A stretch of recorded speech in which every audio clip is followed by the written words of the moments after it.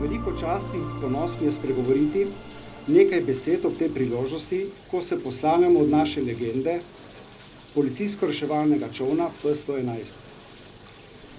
Opravljeno je bilo nešteto reševanj na morju, ko so posadke policistov zaradi izrednih vremenskih razmer tvegale tudi svoja življenja. Visoka stopnja usposobljenosti, predvsem pa izkušenj in poznavanja zahrbtnosti morja, so se iz teh nalog vračali kot zmagovalci in ponosni, da so rešili marsikatero življenje. Na palubo tega čolna smo radi povabili vsakogar, ki si ga je želel ogledati. Gostili smo otroke in mladostnike od vrtca do fakultet. Veliko državniških obiskov, z njimi pa se je peljalo kar nekaj predsednikov evropskih držav. Danes se ta zgodba končuje.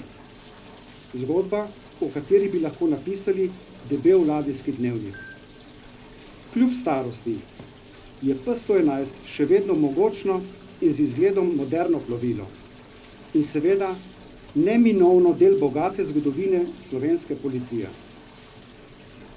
V imenu vseh upokojenih in aktivnih policistk in policistov Policijske uprave Koper želim, da bodo našemu čolnu P-111 zime na Pivškem prizanesljive in da bodo od sedaj naprej po njegovi palubi hodili zvedavi obiskovalci. Srečno!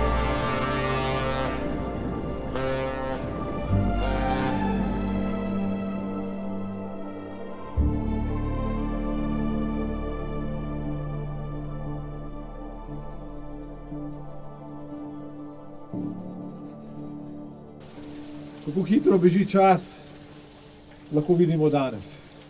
Torej, čas je neusmiljen in ta čas seveda ni prizanesel tudi tej P-111.